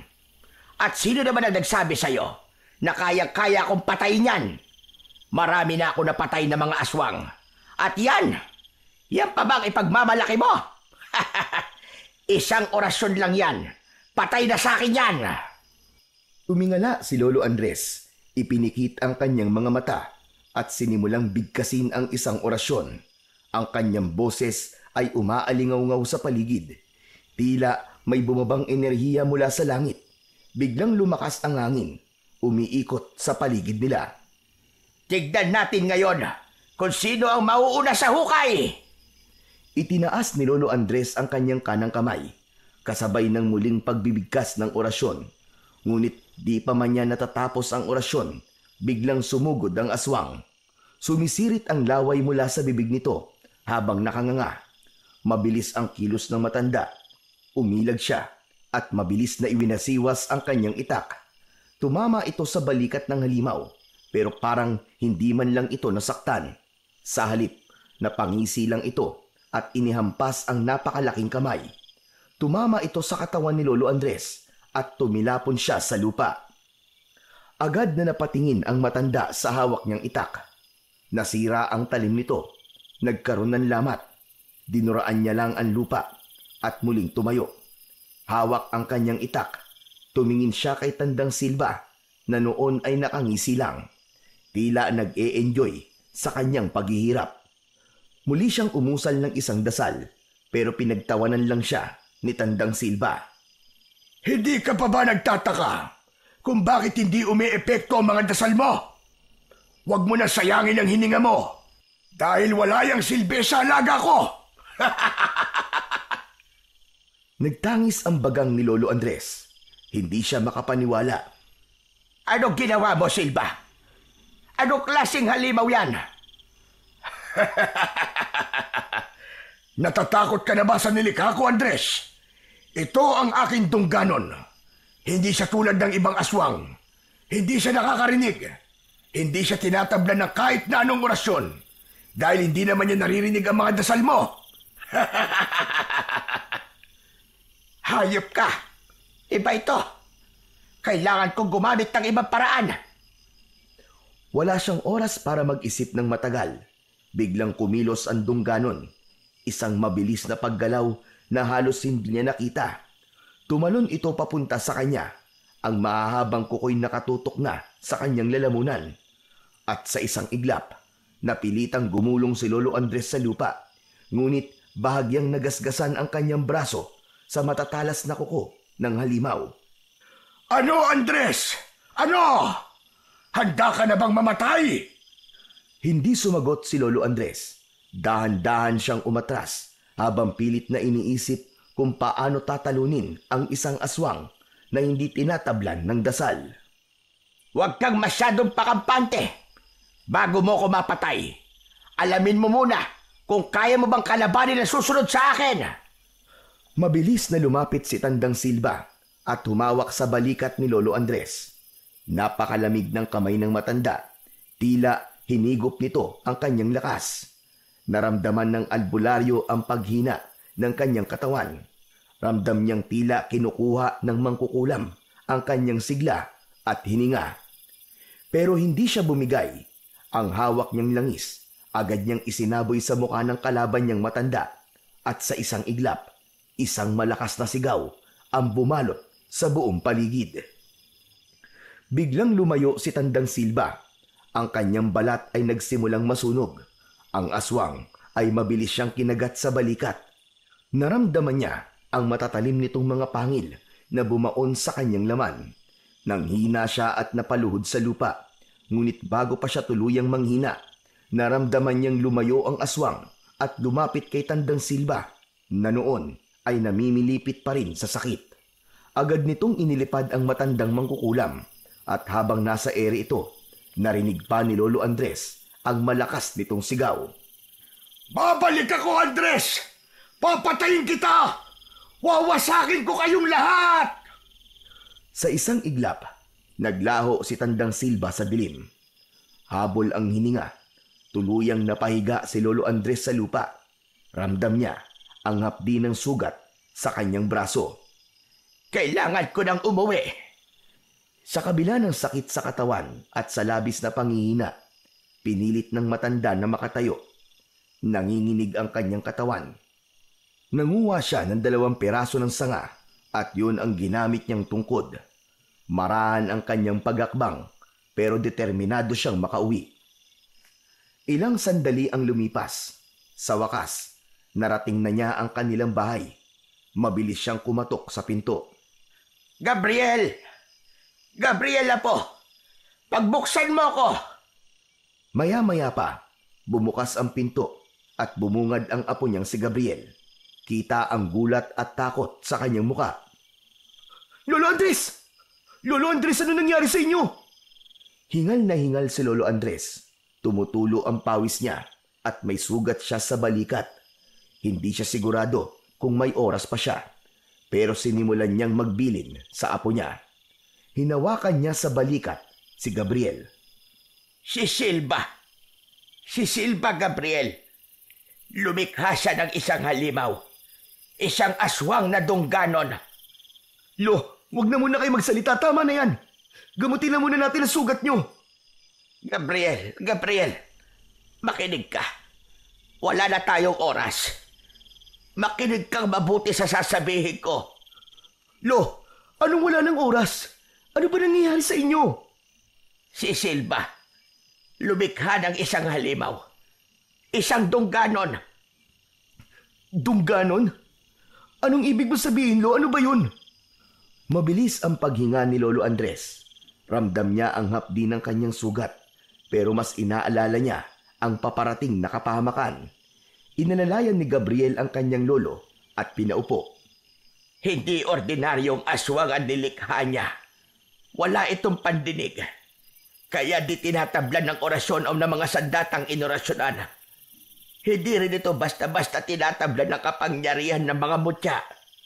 Malakas ito. Mabilis at walang awa. Lo, kung hindi tinatablan ng mutya at orasyon, paano natin lalabanan yun? Napalunok si Gabriel. Noon lang niya nakitang takot ang kanyang lolo at puno ng pag-aalala. Lo, sabihin niyo, ano pong gagawin natin? Paano natin matatalo yun? Makinig kang mabuti. Panahon na para ikaw ang magpatuloy sa tungkulin ng ating lahi. Hindi po. Ayoko, Lo. Hindi ko po alam kung paano. Wala po akong alam sa ganun. Teka, nasa na ba ang gamot? Ituro niyo na lang po sa akin kung paano po kita gagamutin. Nararamdaman ko, iyo. Unti-unti nang kumakalat ang lason sa katawan ko. Dulot ng kagat ng aswang na yon. Nangihina rin ako parang nauupos na kandila. Apo, malapit na akong mamatay. Napangiti si Lolo Andres kahit nangihina.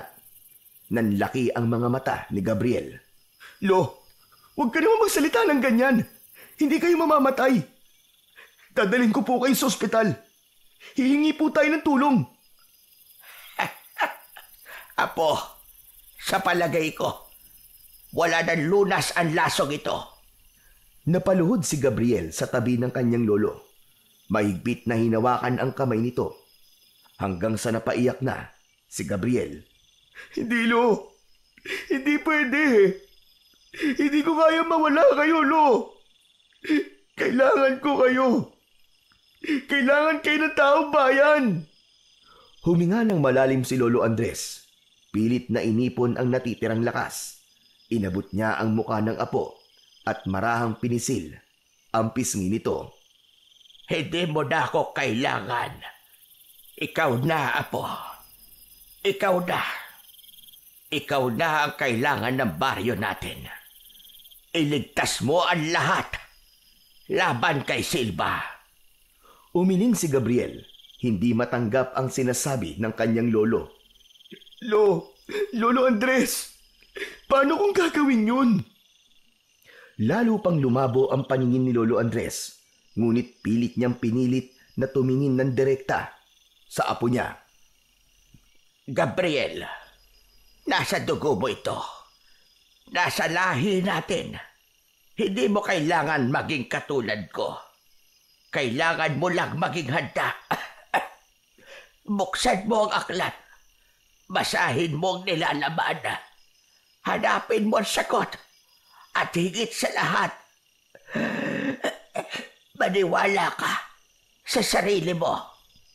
Natahimik si Gabriel.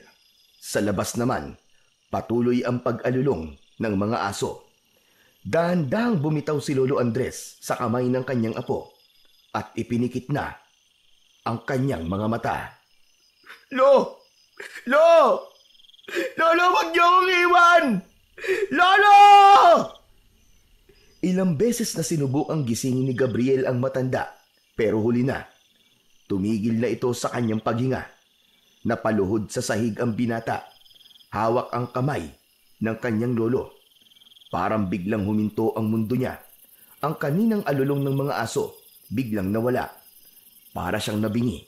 Dahan-dahang bumagsak ang kanyang noo sa dibdib ng kanyang lolo habang nanginginig ang kanyang katawan dahil sa labis na pag-iyak. Lolo, wag naman po. Wag niyo po akong iwan! Lolo! Para siyang bata ulit na biglang hinahanap ang init ng yakap ng kanyang lolo.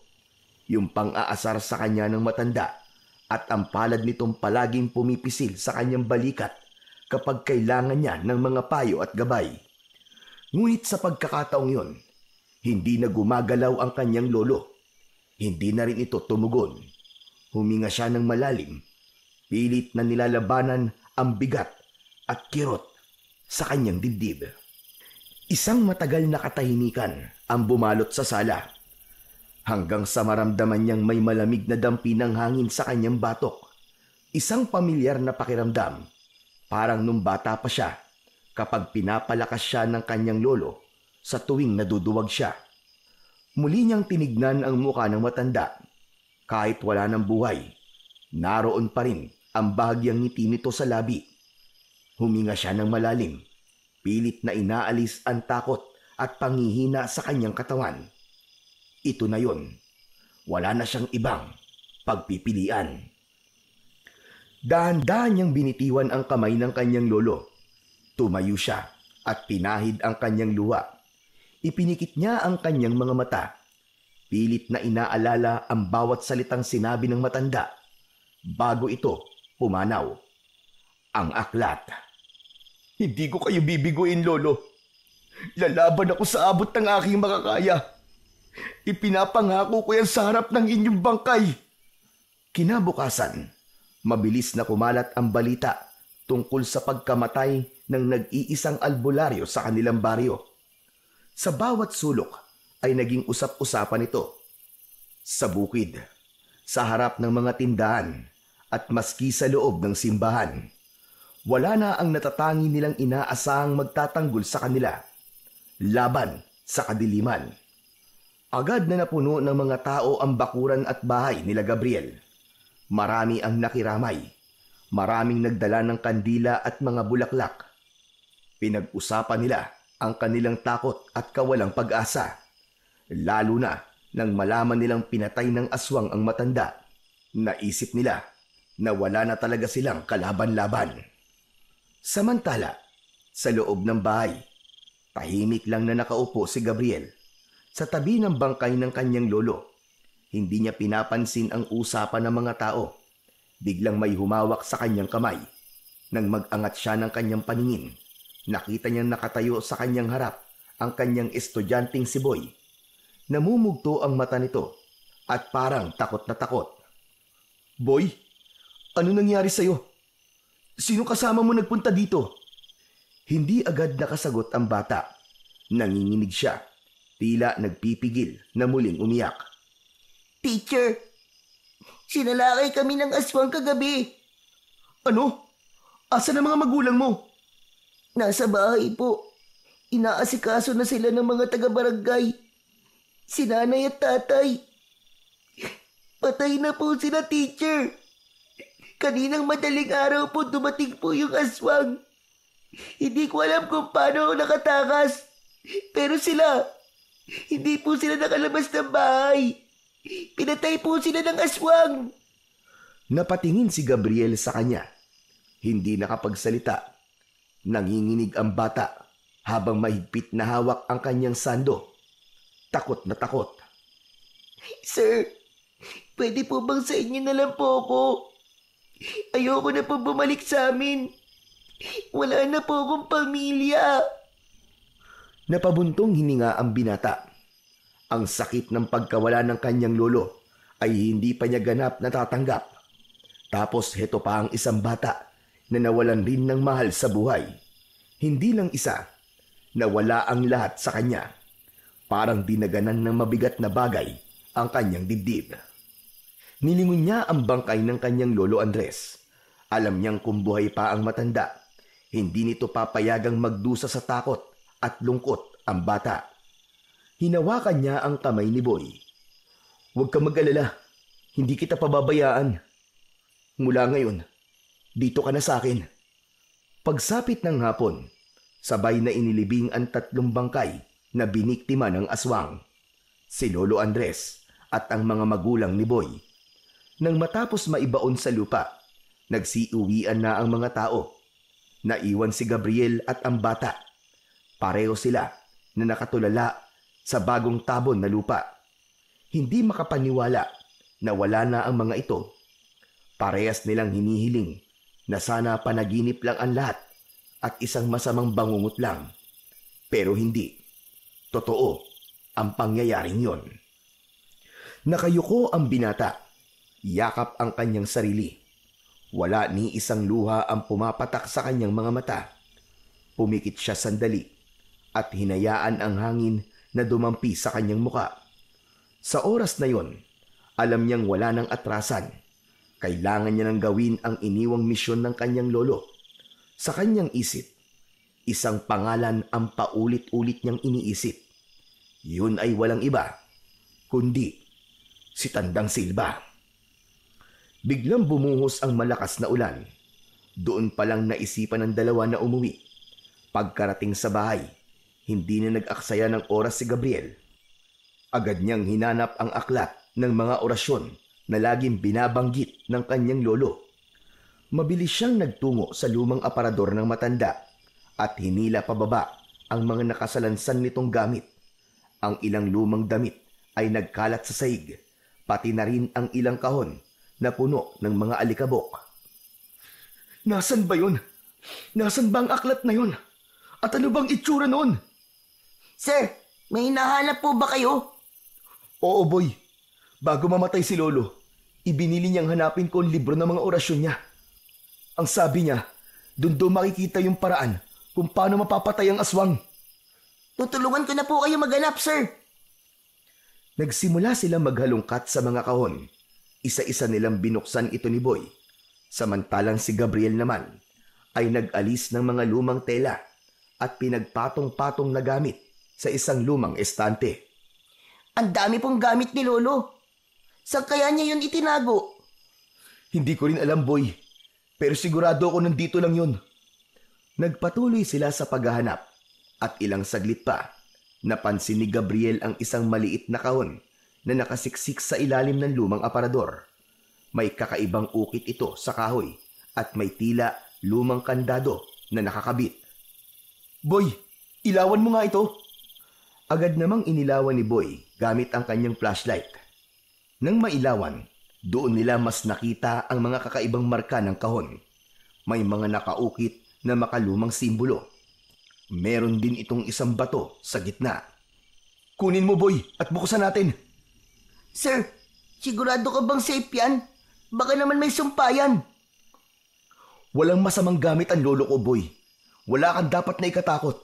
Mas nakakatakot pa nga yung aswang na pumapatay sa mga tao. Opo, tama po kayo. Dahan-dahang hinugot ni Boy ito sa ilalim, pero bigla rin niyang binitiwan. Oh, ba't mo binitiwan? Sir, may kuryente. Saka parang may gumalaw. Ano ka ba? Huwag ka matakot. Sige na nga, ako na nga ang kukuha. Natawa si Gabriel nang makita ang pagtataka sa muka ng kasamang bata. Naalala din kasi niya yung oras na nakuryente ang lolo niya nung tinangka nitong kunin ang mutya mula sa puno. Naisip niyang baka tulad ng mutya ang libro ay namimili din ng taong dapat na magmay-ari nito. Nakuha niya ang kahon nang walang kahirap-hirap. Dahan-dahan niya itong binuksan. Nakuha niya mula sa loob ang isang lumang libro na nababalot ng makapal na alikabok. Ayos! Ito na yun, Boy! Ito na yun! Agad niyang pinagpag ang lumang libro at pinunasan ang alikabok sa pabalat. Doon, unti-unting lumitaw ang mga nakaukit na simbolo. Mga kakaibang letra at guhit na hindi nila maintindihan. Sa gitna ng takip, may isang malaking ukit ng araw na may mata sa gitna na parang nakatingin sa kanya mismo. May napansin din siyang maliit na uka sa mismong mata nito. Sir, ang kati sa ilong. Parang ilang dekada nang nakaimbak yung mga alikabok dyan ah. Tama ka, Boy. Matagal na itong tinago ni Lolo eh. Sir, naiintindihan niyo po ba yung mga nakasulat? Hindi. Hindi ko pa alam kung anong gagawin natin dito. Ang labo naman. Paano natin mapapatay ang aswang gamit ang libro na yan? Ah, alam ko na. Siguro ng tao pa yung aswang, sir. Di siya marunong magbasa. Takot siya sa libro. Ano yun, sir? Tuturuan mo siya magbasa? Pambihira ka naman, Boy. Hindi naman siguro ganun. Ikaw talaga puro kakalokohan. Sige ka, maririnig ka ni Lolo. Mumultuin ka nun. Hala, wag naman po, sir. Takot po ako sa multo. Kaya wag kang maingay. O sige na, bubuksan na natin yung libro. Agad na binuksan niya ang libro, pero dahan-dahan lang dahil may ilang pahina na halos maluray na sa kalumaan. Ang tinta ng ilan ay halos namumuti na rin. Nagkatinginan ang dalawa. Napakamot sa ulo si Boy. Naku, ba't ganyan na nakasulat dyan, sir? Alam mo bang basahin yan? Masyadong makaluma, Boy. At kakaibang pagkakasulat nito. Pero sabi ni Lolo, nasa librong ito ang lahat ng sagot sa mga tanong. Nagpatuloy siya sa pagbuklat ng bawat pahina. May isang nakasulat sa matandang wikang Latin na may nakaguhit na larawan Pero may nakitang kakaiba si Gabriel. Boy, tignan mo to. Parang kapareho ng mutya ko. Agad niyang inilabas ang mutya ng buntot ng kidlat na nakuha niya sa bukid at ipinakita yon sa kasama niyang bata. Oo nga no. Ibig sabihin, sir, may koneksyon ng mutya niyo sa aklat. Sa sandaling inilapit niya ito sa pahina ng libro, biglang kumislap ang mutya. Isang bughaw na liwanag ang gumapang sa kanyang kamay, papunta sa pahina. Sir, ano yan? Bakit ganyan, sir? Alam ko na, boy. Ang mutya ang susi para mabasa natin ang libro. Grabe! Ang astig, sir! Tulad ng nasa larawan, marahan niyang inilagay ang mutya sa uka na matatagpuan sa gitna ng mata ng araw. Sa sandaling lumapat ang mutya, isang nakakasilaw na liwanag ang lumabas mula rito. At ang simbolo sa pahina ay nagsimulang magbago. Unti-unting bumuo ito ng mas malinaw na mga titik. Sir, parang may buhay ang libro mo ah. Lahat naman ng libro may buhay eh. Di ba nga, lagi kong sinasabi sa inyo na ang bawat aklat kaya kayong dalhin sa kahit saan nyo gusto. At kaya nitong sagutin ang lahat ng mga bagay na gusto nating malaman. Opo, pero kakaiba po ang librong to. Parang di lang po sagot ang kaya niyang maibigay, sir. Kapangyarihan. Hindi nagsisinungaling si Lolo Andres. Mapapatay natin ang aswang sa pamamagitan nito. Pero hindi pa sa ngayon, boy. Kailangan ko munang pag-aralan ang laman ng librong ito at kung paano natin ito magagamit. Sige, sir. Susuportahan kita. Ako ang bahala sa mga gawaing bahay. Ako magluluto, maglalaba, mamalengke, kahit ano po. Wala po kayong ibang gagawin kundi pag-aralan yan. Salamat, boy ah. Hindi po. Ako po ang dapat magpasalamat ng malaki sa inyo. Habang nakapatong ang mutya, binuklat na nila ang mga pahina. Malinaw na ang mga sulat at naiintindihan na yon ni Gabriel. Isa itong aklat na puno ng mga orasyon na panlaban sa iba't ibang uri ng aswang.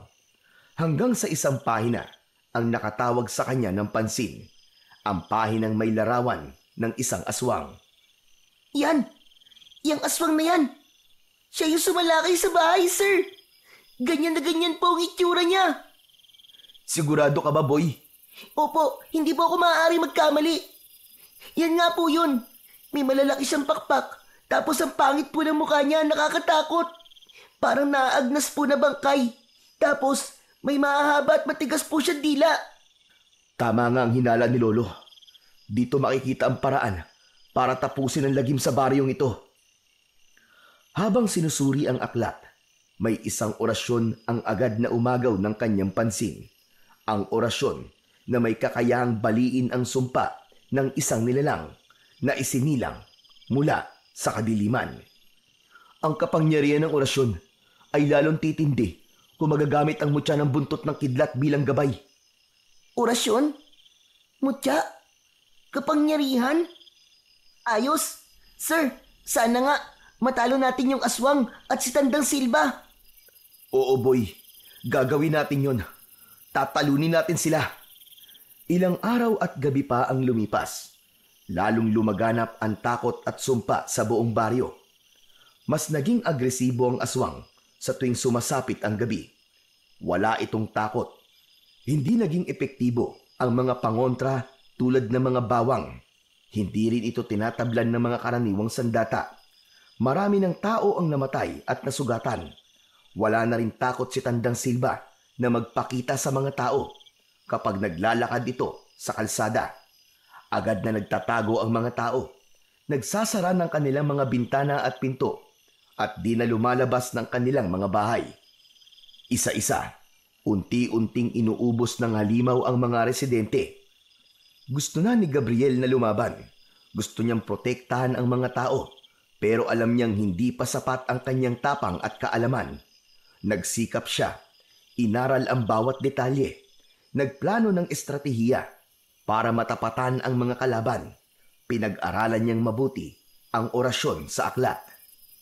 Isang gabi, isang nakapaninindig balahibong sigaw ang narinig nila mula sa kanilang kapitbahay. Nagkatinginan sina Gabriel at Boy. Boy, dito ka lang ha. Huwag kang aalis dito kahit anong mangyari. Sir, sasamahan kita. Tutulungan kitang kalabanin yung aswang. Hindi, boy. Huwag. Masyado ka pang bata. Hindi mo kakayanin. Makinig ka na lang sa akin, boy. Huwag kang lalabas dito kahit na anong mangyari. Nagkakaintindihan ba tayo? Tumango na lang si Boy bilang tugon. Hindi na nag-aksaya ng oras si Gabriel. Agad siyang lumabas at pinuntahan ang pinagmumulan ng sigaw. Dala niya ang kanyang mutya at ang mga kaalamang natutunan niya mula sa libro. Pagdating sa bahay ni Mang Isko, nakita niya ang wasak na pinto. Nagkalat ang mga gamit sa loob at sa isang sulok, naroon ang aswang. Kagat-kagat nito ang wala ng buhay na matanda. Mabilis na kumilos ang binata. Hindi na siya nagdalawang isip. Sa isang iglap, inilabas niya ang mutya na nakapaloob sa kanyang mga palad. Tulad ng nasa aklat, itinapat niya ito sa halimaw at sinimulang bigkasin ang orasyon. Akala mo ba, bata? Madadala mo yan sa dasal? Napalingon si Gabriel sa kanyang likuran. Pumasok sa pinto si Tandang Silva. Ikaw yung apo ni Andres.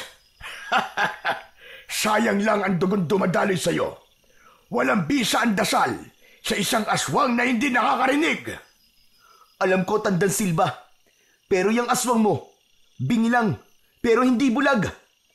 Itinaas niya ang kamay at ginamit ang sign language para sa salitang nakasaad sa aklat. Hindi ito basta-bastang orasyon. Ito'y isang sinaunang paraan ng pagpapasa ng kapangyarihan gamit ang kilos at galaw ng katawan. Anong kalokohan ito? Anong ginagawa mo? Hindi makapaniwala ang matanda sa kanyang nakita. Sa bawat galaw ng kamay ni Gabriel, hindi lang mga letra ang nabuo. May isang nakakasilaw na guhit ng liwanag din ang unti-unting nagkaroon ng hugis sa hangin. Isang matalim at maliwanag na kidlat. Nagsimulang umatras ang aswang. Naramdaman nito ang malakas na kapangyarihan ng binata. Kahit hindi nito marinig ang dasal, nakita naman niya ang nakakasilaw na liwanag. Hindi! Hindi maaaring mangyari ito! Hindi maaari! Isang malakas na kidlat ang tumama sa mismong bahay ni Mang Isko. Kasunod nito ang malakas na pagdagundong ng kulog. Tila nagsanib puwersa ang kalikasan at ang liwanag na ginawa ng mutya. Tulad ng sa puno sa bukid, nilamon ng asul na apoy ang aswang. Pero di tulad sa puno na di natupok, ang aswang ay nagsimulang lamunin ng nakakapasong apoy. Isang nakakabinging sigaw ang kanilang narinig. Nangisay ang aswang, unti-unting nangitim at natupok, hanggang wala nang natira kundi abo. Hingal na hingal siya, pero sa kabila ng enerhiyang tila nawala sa kanya, isang ngiti ang lumitaw sa kanyang muka. Ayos! Nagawa ko! Napatay ko ang aswang! Nagtagumpay ako! Sir! Sir, ang galing mo! Ang galing-galing mo talaga!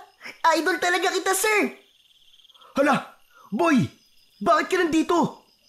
Pero bago pa man makasagot ang bata, isang matigas at magaspang na kamay ang humawak sa kanyang balikat. Akala mo, panalo ka na? Sige, isang maling kilos mo. Papatayin ko ang batang ito! Sir! Sir, tulungan mo ako! Bitiwan mo siya, Tandang Silva! Labanan mo ako ng patas! Huwag kang duwag! Ano sinasabi mong patas? Sa mga katulad ko, walang patas-patas. Isa lang ang importante, ang manalo. Ngayon pumili ka. Isuko mo sarili mong buhay o mamamatay ang batang ito. Natigilan si Gabriel. Hindi niya maisip kung ano ang susunod niyang gagawin. Alam niyang hindi siya pwedeng magpadalos-dalos. Hindi niya hahayaang mapahamak ang batang si Boy. Pero bigla siyang natigilan nang mapansing sumisenyas ang kanyang estudyante.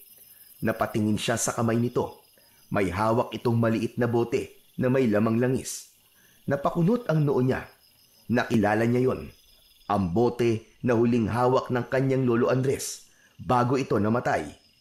Biglang naging magalaw ang mga mata ng binata. Ano, Gabriel? Handa ka na ba sumuko? Tama ka. Wala nga akong laban sa'yo. Mabuti naman at alam mo. Boy! Ngayon na! Sa isang iglap, kumilos si Boy ng mabilis. Sinamantala nito ang pagiging kampante ng mangkukulam. Ibinuhos nito ang laman ng bote sa paa ng matanda. Ano to? Aray! Aray ko, napapasto ako! Bago pa ito makagalaw, mabilis na nakaalis si Boy mula sa pagkakahawak ni Tandang Silva na noon ay iniinda na ang init at tila pagkapaso ng kanyang mga paa. Ang natitirang likido naman sa bote, agad niyang iwinisik sa muka ng matanda. Hindi ito maaari! Hindi ako matatalo ng isang bata! Sinamantala yon ni Gabriel. Mabilis niyang kinuha ang nakitang itak sa sulok ng bahay ni Mang Isko. Sinugatan niya ang sarili gamit ito at bumulong siya ng isang orasyon. Gamit ito, buong lakas niyang sinaksak ang matanda sa kanyang puso. Nanginig ang buong katawan ng mangkukulam at sumuka na rin ito ng dugo. Tapos na ang kasamaan mo, Tandang Silva! Hindi! Totoo nga ang sinabi ni Andres. Hindi ko kayang labanan ang papalit sa kanya! Umalulong ang mga aso, kasabay ng pagkamatay ng kinatatakutang mangkukulam sa baryo.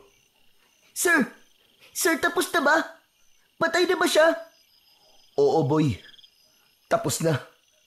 Nagtagumpay tayo. Patay na ang pesteng mangkukulam. Kinabukasan, sa muling pagsikat ng araw sa baryo, natagpuan ng mga tao ang bangkay ni Tandang Silva sa bahay ni Mang Isko. Wala na ang mangkukulam na inakala nilang siya rin ang aswang na gumagala at pumapatay sa kanilang lugar. Masaya silang namatay na ang kinatatakutan nilang matanda.